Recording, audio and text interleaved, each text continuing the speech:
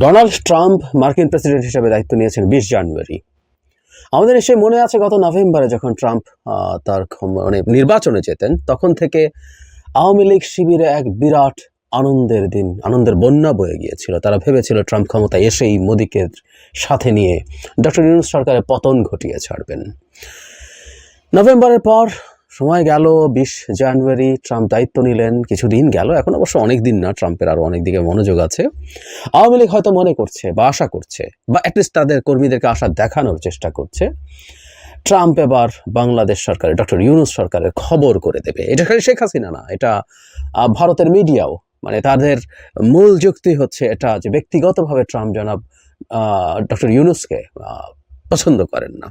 কবে কার কোথায় কবে 16 সালে নাকি আওয়ামী লীগের বা কেউ না একটা ডেলিগেট গিয়েছিল তার সাথে দেখা করতে, তখন নাকি ট্রাম্প ক্ষোভ দেখিয়েছিলেন যে মাইক্রোফিন্যান্স গাই, আমাদের প্রধান উপদেষ্টা সম্পর্কে, যিনি হিলারির ক্যাম্পেইনিংয়ে টাকা দিয়েছিলেন, একেবারে কোনো রকম কোনো প্রমাণ ছাড়া এরকম একটা তথ্য তারা মেইন স্ট্রিম মিডিয়াতে প্রচার করছে যে এটার ভিত্তিতে নাকি এটা সেটা হয়ে যাবে। যাই হোক, আওয়ামী লীগ মাঠে নেমেছে। আমরা নিশ্চয়ই খেয়াল করেছি 18 জানুয়ারি তারা হরতাল ডেকেছিল, এবার 18 ফেব্রুয়ারি হরতাল ডাকছে এবং আরও কর্মসূচি আছে।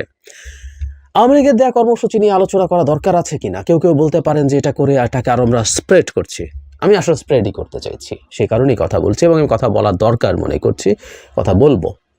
তাতে কর্মসূচিটা আগে একটু দেখি এবং আওয়ামী লীগের হয়ে এই প্রচারণা করলামই বা তারপর তারা কি অর্জন করে দেখি। কিন্তু কেন আমি এই প্রচারণা হওয়া দরকার সেটা পরের দিকে বলবো। তারা গতকাল একটা দীর্ঘ স্ট্যাটাস দিয়েছে, নানা রকম সমস্যা নাকি সরকারের সময় আছে। বেআইনি অবৈধ আইসিটি ট্রাইব্যুনালে মাননীয় প্রধানমন্ত্রী বঙ্গবন্ধু কন্যা শেখ হাসিনা সহ অন্যান্যদের বিরুদ্ধে মিথ্যা হত্যা মামলা সহ অন্যান্য মামলা প্রত্যাহার ও প্রহসনমূলক বিচার বন্ধের দাবিতে। এখানেও কিন্তু প্রধানমন্ত্রী, আওয়ামী লীগের তার অফিসিয়াল ফেসবুক পেজে প্রধানমন্ত্রীর কথা বলছে। বিভিন্ন ধর্মীয় সংখ্যালঘুদের উপরে হামলার প্রতিবাদ, মেটিকুলাস ডিজাইনের মাধ্যমে শিশু ছাত্র জনতা, পুলিশ বাহিনীর 3000-এর বেশি সদস্য, আনসার বাহিনীর সদস্যদের হত্যা সহ সকল হত্যার দাবিতে। ইন্টারেস্টিং হচ্ছে, শিশু ছাত্র জনতা এবার আগে এসছে। এতদিন পর্যন্ত শুধু পুলিশ হত্যার কথা বলছিল বলে পুলিশ বাহিনীর 3000 বেশি সদস্য। আমরা খেয়াল করছি পুলিশ বাহিনীকে খেপিয়ে তোলার চেষ্টা হচ্ছে, পুলিশ বাহিনীকে আরও নিষ্ক্রিয় করে রাখার চেষ্টা হচ্ছে। পুলিশ বাহিনী যদি নিষ্ক্রিয় থাকে, আমাদের আইন শৃঙ্খলা অবস্থা যদি ভালো না হয়, জনগণ সরকারের উপরে খেপে উঠতে পারে। তাই এটাকেই তারা দীর্ঘদিন থেকে টার্গেট করছে। এতদিন শুধু পুলিশের কথা বলছিল বলে দেখতে যে একটু খারাপ লাগছে, এটা ঠিক। এখানেও শত শত হাজার মানুষ মারা গেছে, আহত হয়েছে, তাদের কথা একটু যোগ করি। যেমন শেখ হাসিনা মেট্রো স্টেশনে গিয়ে যখন কাঁদলো, ক্রোকোডাইল টিয়ার্স, কুমিরের কান্না কাঁদলেন, যখন বিটিভিতে গিয়ে কাঁদলেন, তখন মনে হলো না, আহতদের ব্যাপারে তো একটু কিছু বলা দরকার, তারপরে গিয়ে কেঁদেছেন। ঠিক একই রকম ব্যাপার। এছাড়া সারা দেশে নাকি আইন শৃঙ্খলা অবনতি এবং খুন, ধর্ষণ, চাঁদাবাজি, রাহাজানি বেড়েছে। তারা তাদের অভিযোগগুলো আমি পড়ছি। হাজার আওয়ামী লীগ নেতাকর্মী সহ মুক্তিযুদ্ধের পক্ষের ব্যক্তিদের গুম, খুন ও হত্যার প্রতিবাদ, দ্রব্যমূল্য সীমাহীনের হয়েছে। ডক্টর ইউনূসের বিরুদ্ধে দুর্নীতির কথা বলছেন, সরকারের প্রতিটি সেক্টরে লাগামহীন দুর্নীতি, বিদেশে টাকা পাচারের প্রতিবাদ। এই সরকার টাকা পাচার করছে বলছে আওয়ামী লীগ। একটু খেয়াল করি, joke of the decade or century হতে পারে এগুলো। শেয়ার বাজারে নাকি অর্থ কেলেঙ্কারি এবং ব্যাংকগুলো, আর্থিক প্রতিষ্ঠান ধ্বংস, সুফি সাধক, বাউল শিল্পী, বিভিন্ন এদের উপরে আক্রমণ, গার্মেন্টস সহ বিভিন্ন শিল্প কারখানা বন্ধের ফলে বেকার হওয়া, গণমামলা, সর্বোপরি অবৈধ ও অসাংবিধানিক দখলদার খুনি ফ্যাসিস্ট ইউনূস সরকারের পদত্যাগে যাবে। খুনি ফ্যাসিস্ট ইউনূস সরকার, শেখ হাসিনা যা যা বলা হচ্ছে তারা এগুলো জাস্ট চোখ বন্ধ করে কপি পেস্ট করে ফেরত দিচ্ছে। আচ্ছা, তাদের কর্মসূচি কি? 1 ফেব্রুয়ারি শনিবার থেকে 5 ফেব্রুয়ারি বুধবার লিফলেট বা প্রচারপত্র বিলি। তারা সম্ভবত এইসব এইসব অভিযোগের প্রচারপত্র বিলি করবে। 6 ফেব্রুয়ারি বৃহস্পতিবার প্রতিবাদ মিছিল ও সমাবেশ। 10 ফেব্রুয়ারি সোমবার বিক্ষোভ মিছিল সমাবেশ। 16 ফেব্রুয়ারি রবিবার অবরোধ কর্মসূচি। 18 ফেব্রুয়ারি মঙ্গলবার দেশব্যাপী সকাল সন্ধ্যা সর্বাত্মক কঠোর হরতাল। দেশের মানুষের রাজনৈতিক ও গণতান্ত্রিক অধিকার আদায়ের সকল কর্মসূচিতে কোনো প্রকার বাধা প্রদান করা হলে আরও কঠোর কর্মসূচি দেওয়া হবে। এর আগের যে হরতালটা হয়েছিল সেটা ঠিক আওয়ামী লীগ ডাকেনি, আওয়ামী লীগের ডাকা কিন্তু প্রথম হরতাল এটা। এর আগে হরতালটা ডেকেছিল দ্য এটিম, এটাকে অনেকে এটিমকে একত্রে ফান করে এতিম বলছিল। যাই হোক, তারা ডেকেছিল, তারা শেখ হাসিনা দ্বারা আদিষ্ট হয়ে শেখ হাসিনার একটা অডিও কল যেখানে তাদেরকে হরতাল ডাকার জন্য ইন্সপায়ার করা হয়েছে, সেটাকে সূত্র ধরে তারা শেখ হাসিনার হয়ে ওটা ডেকেছিল। মূলত ওই ডাকাতদের অনলাইন অ্যাক্টিভিস্টরা ওই এটিম তৈরি করেছে। এখন প্রশ্ন হচ্ছে, আওয়ামী লীগের প্রথম হরতাল এবং অনেক কর্মসূচি, তারা লিফলেট বিতরণ করবে, বিক্ষোভ মিছিল করবে, সেখানে সমাবেশ করবে, শেষে মঙ্গলবার হরতাল করবে। আগের হরতালটা শনিবার ছিল, কারণ তারা বলছিলেন দেশের অর্থনীতির যাতে খুব বেশি ক্ষতি টতি না হয়, তাই তারা সেদিকে খেয়াল রাখছেন।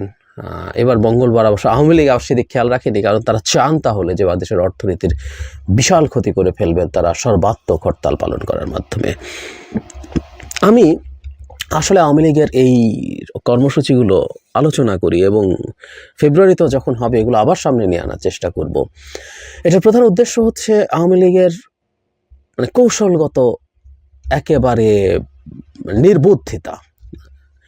তারা যে কর্মসূচিগুলো ডাকছে, মানে আওয়ামী লীগ তো দাবি করে তাদের বিরাট মানুষজন আছে, নট অনলি দ্যাট, ওরা ক্ষমতায় নেই ঠিক আছে, কিন্তু আমরা চিরকাল একটা কথা শুনতাম আওয়ামী লীগ এই যে 15 বছরে তার শাসনকালে, যে আওয়ামী লীগ বিরোধী দলে যদি থাকতো তাহলে এটা করে ফেলতো, সেটা করে ফেলতো, বিএনপি পারছে না, আওয়ামী লীগ যদি থাকতো কবে বিএনপি যদি ক্ষমতা থাকতো তাদের ক্ষমতা থেকে টেনে নামিয়ে ফেলতো। মানে আওয়ামী লীগ বিরোধী গেলে বিরাট কিছু করতে পারে, বিরাট তার শক্তি, তার সাংগঠনিক ক্ষমতা ইত্যাদি ইত্যাদি শুনে শুনে আমাদের কান পচে গিয়েছিল। যদি আমি একেবারেই এটা বিশ্বাস করি না, আমি তখনই অনেক একটা উদাহরণ দিতাম যে 21শে আগস্ট গ্রেনেড হামলার পর ছোটবেলা থেকে শুনে বড় হয়েছে, আমার মনে হয়েছিল আওয়ামী লীগ এবার সরকার ফেলে দেবে, এত বড় ঘটনা ঘটেছে। But nothing happened. বিএনপি তার টেনিওর 4-এর পর আরও 2 বছর খুব সুন্দরভাবে টেনে নিয়ে গিয়েছিল। তো এখন আওয়ামী লীগের বিরাট মাঠের অবস্থান আছে, সুতরাং মাঠে তারা যদি সেই লিফলেট বিতরণ বলি, সেই বিক্ষোভ মিছিল বলি, সেই সমাবেশ বলি, সেগুলো যদি করতে না পারে সেটা তার দলের ইমেজের জন্য কিন্তু খুবই খুবই নেগেটিভ হয়। মঙ্গলবার হরতাল ডাকা হয়েছে 18 তারিখ, সেদিন কিচ্ছু হবে না, আমরা খুব ভালো মতো জানি, কিচ্ছু না। সেই হরতাল ডাকা হলো এবং কিছু হলো না, এটাও তার দলের জন্য খুবই খুবই প্রবলেম্যাটিক। মানে তাদের আসলে দুটো ব্যাপার, যে একটা এই যে 6 মাস হয়ে গেল এই সরকার পতনের জন্য তারা কিছু করছে না, সেটা কেমন দাঁড়ায়, তাদের একটু লজ্জাও লাগছে। আমরা এত বড় দল বলে দাবি করি, প্রায় 50% বা 40% নাকি কমপক্ষে তাদের বান্ধা ভোটার এবং অ্যাক্টিভিস্ট আছে, অ্যাক্টিভিস্টও প্রচুর, এবং তাদের এক একজন অ্যাক্টিভিস্ট নাকি সেই মারাত্মক কিছু।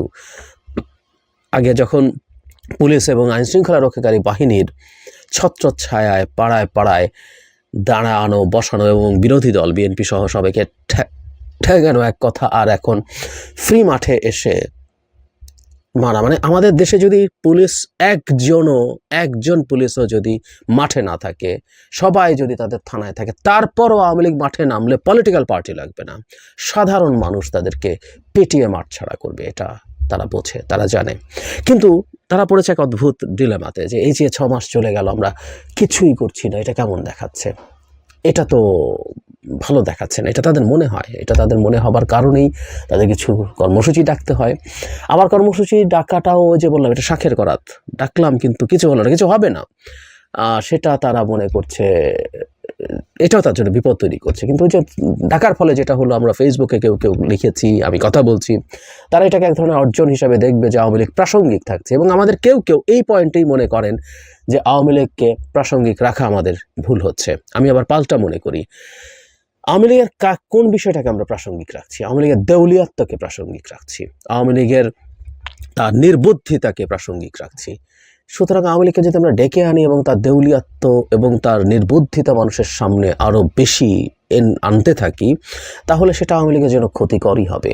সুতরাং আওয়ামী লীগ আমাদের কাছে প্রাসঙ্গিক থাকুক, আওয়ামী লীগ প্রাসঙ্গিক থাকুক অনন্তকাল একটা ডিফিটেড সর্বস্ব হারানো, জনগণের কাছ থেকে সর্বস্ব হারানো একটা তথাকথিত রাজনৈতিক দল হিসেবে।